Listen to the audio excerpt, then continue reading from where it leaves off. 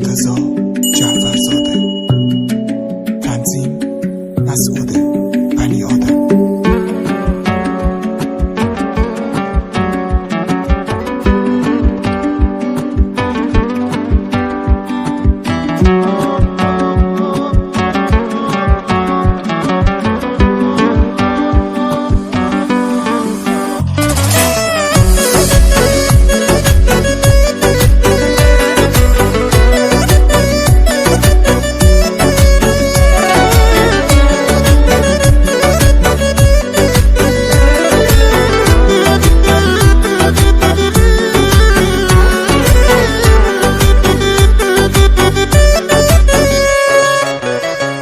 به جمعه شد و دلتنگیام زیاده، مثل شب گرده عاشق راه میرم پیاده.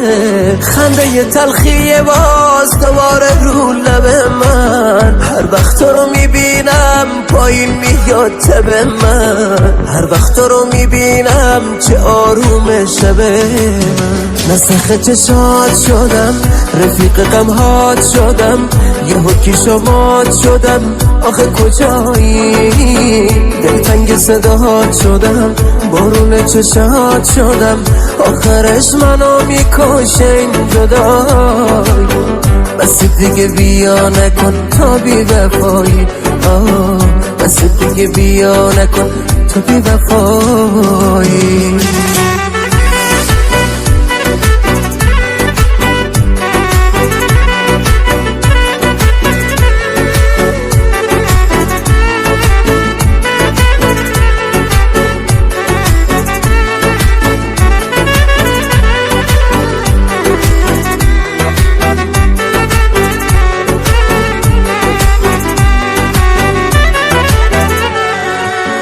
بازم رو قلب خستم زخماتو جا میذاری، معلومه از تو چشمات میخوای تنهام بذاری. من عاشق تو بودم کافی نبود برات، چی شد که از دل من کم میکنی هوا تو؟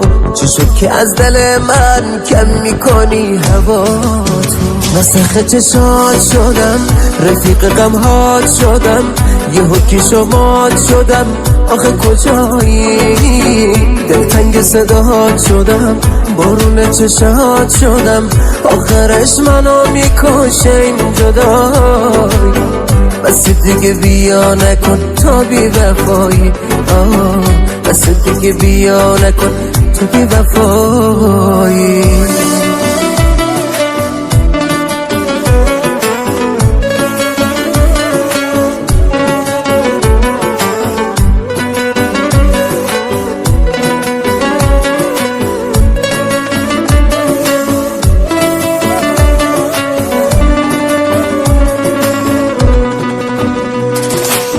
آروم نمیشه قلبم، ببین که خیلی خستم، من با عشق تو ما غرورم و شکستم. بس بی وفا دیگه ناله دارم، میرم با خاطرات تنهات میذارم.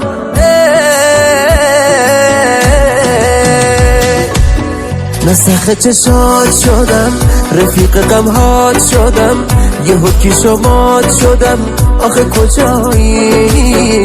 دلتنگ صداهات شدم، بارون چشات شدم، آخرش منو میکشه این جدایی. بس دیگه بیا نکن تا بی وفایی، بس دیگه بیا نکن تا بی وفایی.